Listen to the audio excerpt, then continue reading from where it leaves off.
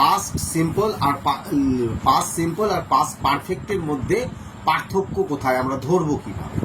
দুটোই কিন্তু পাস্ট বাংলা থেকে ইংরেজিতে দেবো, দুটোই মনে হচ্ছে যে পাস্ট পারফেক্ট বা পাস্ট সিম্পলের মতো। প্রথম বাংলাটা লেখা আছে, অশোক ছিলেন একটি মহান রাজা বা বড় রাজা। পরেরটাই দিচ্ছি, অশোকের ছিল দুটি ছেলে, তাই তো, দুটি সন্তান, নট ছেলে, দুটো সন্তান। একটা ছিল হচ্ছে মেয়ে আর একটা ছিল হচ্ছে ছেলে।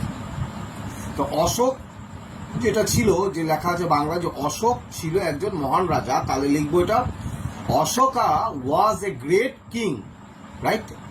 Ashoka Ashoka was a great king, not there, উপরে এক নম্বরটা ওই বাংলা লেখা আছে না, অশোক ছিলেন একজন মহান রাজা, তাহলে লিখবা বড় রাজা। Ashoka was a great king, ঠিক আছে? এবার পরবর্তীটা দেখ, অশোকের ছিল দুটি সন্তান, তাহলে Ashoka had, right? Ashoka had two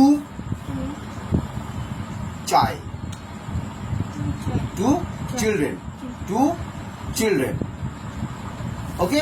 পুরো নাম্বারটা চিলড্রেন হয়ে গেল। একটা হলো হেল্পিং ভার্ব হ্যাড, ছিল অর্থে, আর একটাও ছিল দেখ, মহান রাজা ছিল। তাহলে আমাকে ওয়াজ আর হ্যাডটা কিভাবে ধরবো? ওয়াজ ধরবো, আমি ছিলাম, আমার ছিল দুটো, দেখ একটা ছিল, আমার দুটি সন্তান ছিল, তাই I had a two children. আর উপরেটা ছিল আমি ছিলাম নিজে, তাহলে when I write was that time self, otherwise I had that time was I had mean আমার ছিল আর আমি ছিলাম, দুটো কিন্তু আলাদা। তাহলে একটা হচ্ছে পাস্ট সিম্পল আর একটা পাস্ট পারফেক্ট টেন্স, দুটোর মধ্যেই কিন্তু বাংলাতে বুঝাচ্ছে কিন্তু ছিল।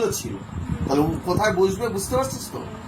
So now make the 4 type assertive কর, assertive তো লেখাই হয়ে গেল। ইন্টারোগেটিভ কর, তাহলে ইন্টারোগেটিভ করলে এখানে not put to did, only was helping verb আছে, ওয়াজই বসবে। তাহলে was অশোক গ্রেট কিং।